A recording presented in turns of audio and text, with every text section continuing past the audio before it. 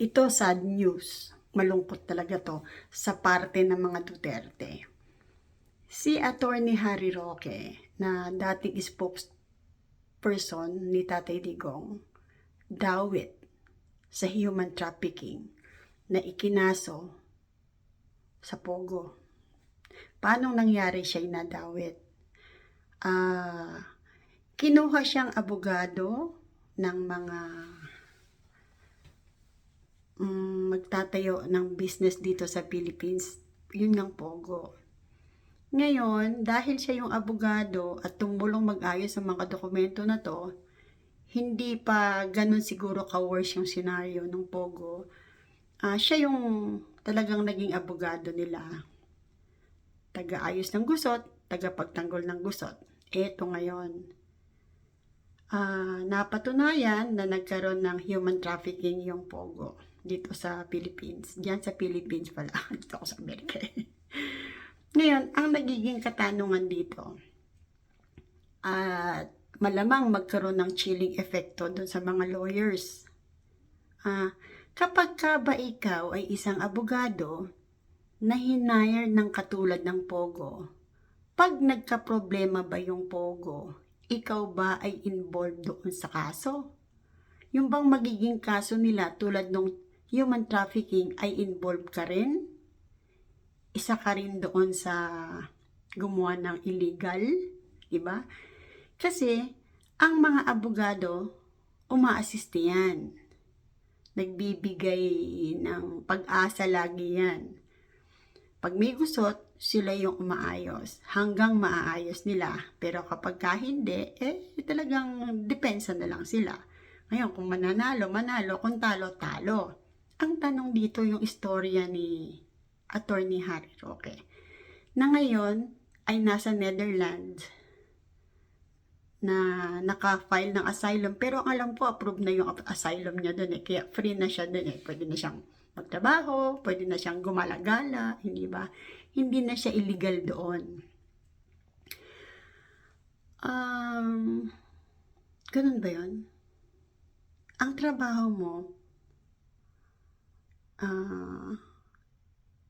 taga-assiste ka, taga-ayos. Pero pag nagkakaso, yung tinrabaho mo lang, dawit ka. Paano yung ibang mga lawyers, hindi ba? Ibig sabihin ba, kailangan aalamin muna nila kung ito gagawa ng milagro o gagawa ng hindi maganda bago ko tanggapin. Ganun ba yun? Or is it only a part of the job na kailangan mo i-perform? Diba? Nakakalungkot lang kasi hinire lang siya. Siyempre, susweldo siya. Siyempre, bibigyan din siya ng incentives. Ngayon, binutas-butas yun. Kung ikaw ay empleyado ng mataas na kumpanya o malakas kumita na kumpanya, kikita ka talaga ng maganda. Lalo kung nagpe-perform ng maganda yung company na yon, magkakaroon ka ng incentives, di ba? Ano nga kaya ang kahihinatnan ni Attorney Harry Roque?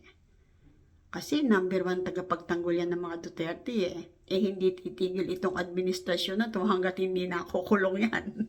Hindi mo Duterte Kailangan makulong. Si Apollo Kibuloy nga nakulong Si Congressman Tevez nga nakulong na Di ba? Ang daming gustong ipakulong Ngayon si Harry Roque. At alam niyo ba, happy si Attorney Claire Castro nung lumitaw yung nung lumitaw na may kaso si Attorney Harry Roque. Di ba? Ngayon yung reactions naman dito ng mga lawyers tulad ni Attorney Libayan, nagtatanong din siya Kasi ang tanong niya, magkakaroon ng chilling effect yan. Kasi yun ba ang kauuwian ng mga lawyers? Di ba? Ako din, yun ba? Bakit mag-aabogo siya ka pa? Bakit maglo-lawyer ka pa? Hindi ba?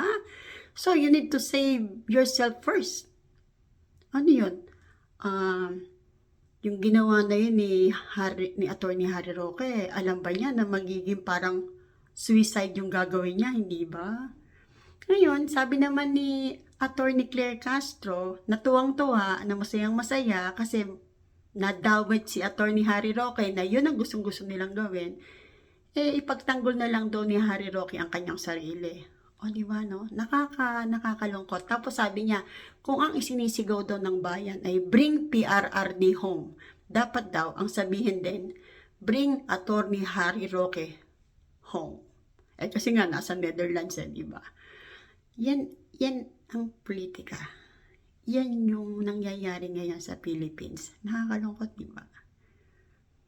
Gusto ko pa namang maging abogado yung apo ko.